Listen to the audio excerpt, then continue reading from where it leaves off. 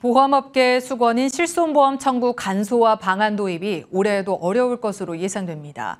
논의된 지 13년이 넘었지만 의료계의 반발이 워낙 심해 번번이 도입이 무산됐는데요.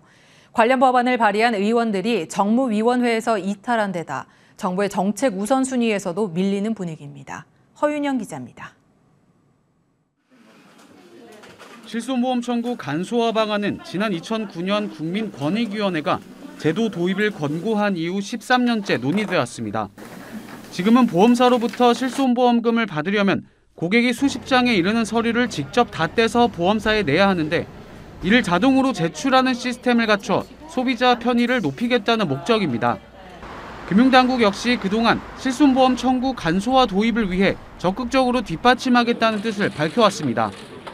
보험금 지급 심사 과정에 대한 소비자 보호를 위한 당면 현안도 계속 살펴봐 주시기를 부탁드립니다. 하지만 올해도 도입이 쉽지 않아 보입니다. 합의점을 찾기는커녕 의료계와 보험업계의 대립이 점차 심해지고 있고 법안 통과를 위한 동력이 다소 떨어지고 있기 때문입니다. 우선 실손 간소화 청구 법안을 발의했던 의원들이 줄줄이 정무위원회에서 이탈했습니다.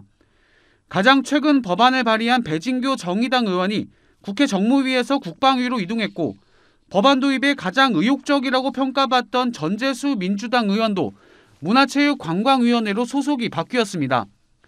한 의원실 관계자는 법안을 발의한 의원의 위원회가 바뀌었다고 해도 법안 심사가 안 되는 건 아니라면서도 다만 법안 통과를 위한 동력이 떨어질 수는 있다고 말했습니다. 정부의 정책 우선순위에서도 밀리는 분위기입니다. 실손보험 청구 간소화는 대선 기간만 해도 최우선 정책으로 거론됐습니다. 하지만 지난달 발표한 새 정부 경제정책 방향에서 실손 청구 간소화 방안은 빠졌습니다.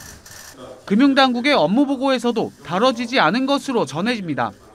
실손보험 청구 간소화에 대해 개인정보 유출 우려로 반대 목소리를 내고 있는 의료계 반발도 점점 강해지고 있습니다.